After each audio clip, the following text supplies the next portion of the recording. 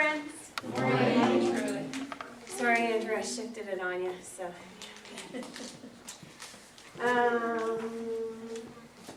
Any chance I can get a volunteer to help me for a second? Sure. Of course, truly, we'd be happy to help you. One to each? Yeah, one to each. One to each. Or I could give a pile to each side and let them pass them through. So. No, that'll just cause a kerfuffle somewhere. Okay, so some of you know that a lot of my working career was actually spent in chiropractic, believe it or not. I spent 10 years running different chiropractic offices throughout Ontario. And in 2004, I was actually invited to come to Texas to do an inspirational work and camp with chiropractors from all over the world. And when I went, I made some wonderful friends and lifelong friends that even though I'm no longer in chiropractic, they still love me, which is kind of nice. Anyway, I received an email from one of them a couple of moons back, and I thought it would be appropriate to start my lecture with today. So I'll read it to you. Dear camping buddies and friends, it is just as easy to succeed as it is to fail. To be kind as it is to be cruel, to listen as it is to talk. Thank you. To save money as it is to waste it, to call a friend as it is to watch the television, to take a walk as it is to take a nap, to help someone as it is to hurt them, to have a positive outlook as to be negative. It's just as easy to get up at 4 a.m. as it is to get up at 8 a.m. True story, really, true story. Life is determined by a series of choices, each one building on the one before. The significance of each individual choice may not seem that great. When added together, however, it is all the choices that you make that combine to put you where you are today. Most people agonize over the big choices and don't even think about the little ones, though it's the little choices that we are making the big ones possible. Making the little choices every day to get up early and go get right to work enables you to eventually make the big choices, such as where you live, what kind of work you do. Little choices such as what to eat and how much to exercise will eventually determine how long and how well you live. For every moment of life, every day, it's an opportunity. What you do with that opportunity is determined by the little choices that you make along the way. That was from my friend we called Captain Kirk. Wonderful chiropractor out of Raleigh, North Carolina or South Carolina? North Carolina. North Carolina. Great friend, great friend. So the lecture today is actually about spiritualism. So bear with me. On Tuesdays, I receive a weekly inspirational email from a group called Soulful Living, which is on Facebook, of course. This group is predominantly concerned with living life in a spiritual manner and sharing experiences. I was quite shocked when I read the opening title of this actual email. I'll share it with you now. Religion divides instead of unifying. And this was written November 18th, 2007, I believe. Religion is one-sided. I do believe the backbone of the message, but I do not believe that religion should be allowed in schools and etc. Religion is a personal choice, and there are many different religions, and if we let one in, we let them all in.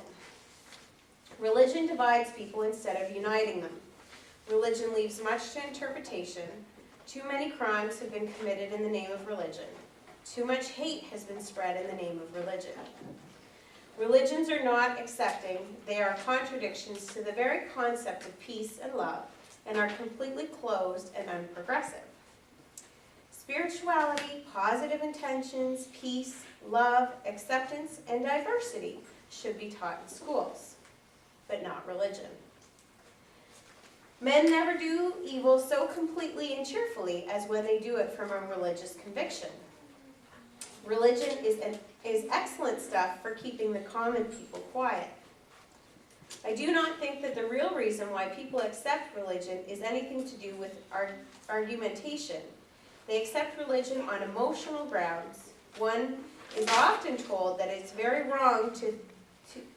wrong thing to attack religion, because religion makes men virtuous. So I am told. I have not noticed it.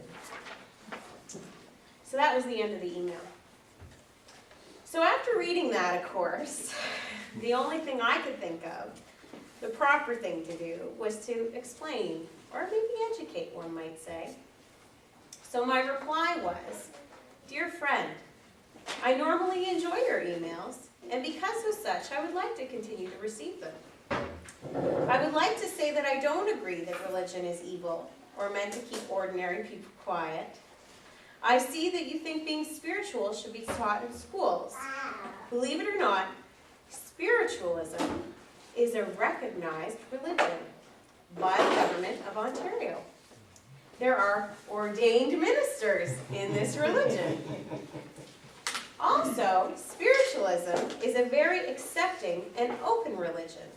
Most followers of the spiritual religion are welcoming to outsiders, even when they don't agree with other ideals or points of view. If you'd like more information on spiritualism, the religion, please check out DivineLightSpiritualFoundation.com, SpiritualistChurchOfCanada.com, or DivineLightSpiritualTemple.com. Warmest regards, truly." I know that original email was sent out to at least 100 people in our community. I started wondering, how many people actually know what spiritualism is? Do people know that spiritualism is not only a philosophy, not only a science, but also in fact a religion? Philosophy is defined as 1. Love and pursuit of wisdom by intellectual means and moral self-discipline. 2. Investigation of the nature, causes, principles of reality, knowledge, or values based on logical reasoning rather than empirical methods. Science is defined as the observation, identification, description, experimental investigation, and theoretical explanation of phenomena, i.e. proof of survival. An activity that appears to require study and method, knowledge, especially that gained through experience. Religion is defined as A. A belief in reverence for a supernatural power or powers regarded as a creator or governor of the universe. B. A personal or institutionalized system grounded in such belief or worship. C. The life or condition of a person in religious order. D. A set of beliefs, values, practices based on the teachings of a spiritual leader. And E. A cause, principle, or activity pursued with zeal or conscientious devotion. So the question then becomes, how many people in our community actually know who we are and what we're about? I was saddened to discover that the community that I grew up in, the Durham region, is actually one of the leaders in the spiritualist movement. Did you guys know that? Mm-hmm. We're one of the leaders.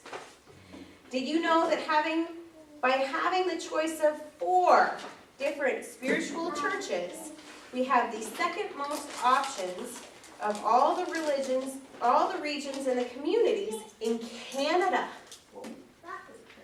Okay? In Canada, guys, this is huge. By the way, the city of Toronto has the most options with 5 spiritual churches. I was saddened to hear that this was the extent of our choices. How did that happen? Why is it that on my way here this morning, I passed 5 or 6 different churches, all of different denominations? All of them had buildings of their own, with budding church communities, none of them, not one, was spiritualist. How did they become so big? In 2008, I was married. Yay! What most of you don't know is that I actually had to correct the clerk at City Hall when I wrote down my religion. As she was reviewing our application for our marriage certificate, she pulled out another copy and said, "You'll have to redo this." She chewed on her gum, you know? And I looked at her and I said, "Okay, why?" And when she answered, I nearly fell over. Her response was, "Spiritualism is not a religion." So after taking a moment to collect my thoughts, think, cool down, I replied, "Actually, dear, it's a government-recognized religion. They actually have their own ordained ministers in that religion. And the church that I attend in this community has been here over 50 years. "Oh, I'll have to check in on that," was her response.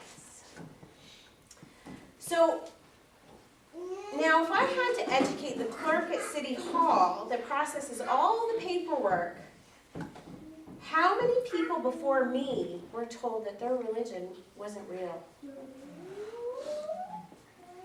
Over the years, I've often thought about who we are as a community. Why is it that when the topic of religion comes up, we just stay quiet?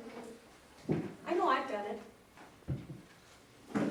Why is it that when people ask us what we're doing this weekend, we don't say what we're really looking forward to? "I'm going to church," or "I'm going to Divine Gathering." Most of the time we just say, "Oh, nothing. Just hanging out." Why don't we stand up and say, "I'm a spiritualist"? What's really wrong with that? We of all people should not be afraid of what others think or say. By being a spiritualist, you know that we are all connected. We are all one. What you might call God, I might call Buddha, or Allah, or Jesus. You know that we all come from the light, and that we are the light. As a spiritualist, you know that even though I might not be accepted in a Catholic church or a Buddhist temple, no matter what I believe, I am always welcome here. We even leave our 7 principles open to your interpretation. We are probably the most accepting religion of Western civilization. So I ask you, what are you afraid of? We allow people from all other religious backgrounds to find that there is an ability within our organization to worship in an unrestricted environment. We encourage you to learn at your own pace and in the direction that you choose. Some people choose to learn more about the philosophy. Some people choose to learn more about the science. We ask that you give what you feel that you can for a donation, and we allow you to hold the beliefs that ring true to you. I think that it's time as a community that we start writing down on our government documents where it says choice of denomination, spiritualist. Not what we were baptized as, not what we once were. It's time that we stand up for ourselves. By the way, you guys don't know this, but I was actually baptized in a United Church. I think that it's time for us to come together as a community. We are to lift the veil of shadows and secrecy. To grow, we need to expose our beliefs. We need to have faith that by doing so, we will grow. We need to be more vocal about who we are and what we believe. We will attract more like-minded people, and we will become one of the great leading spiritual communities of the world. Today I challenge you, the pamphlet in your hand, give it to someone. It could be a neighbor, it could be a friend, but give it to someone who doesn't know you're a spiritualist. Just try it, that's all I ask, just one. We have the opportunity to change what people think about religion. And it's time we started. Thank you for allowing me to share today.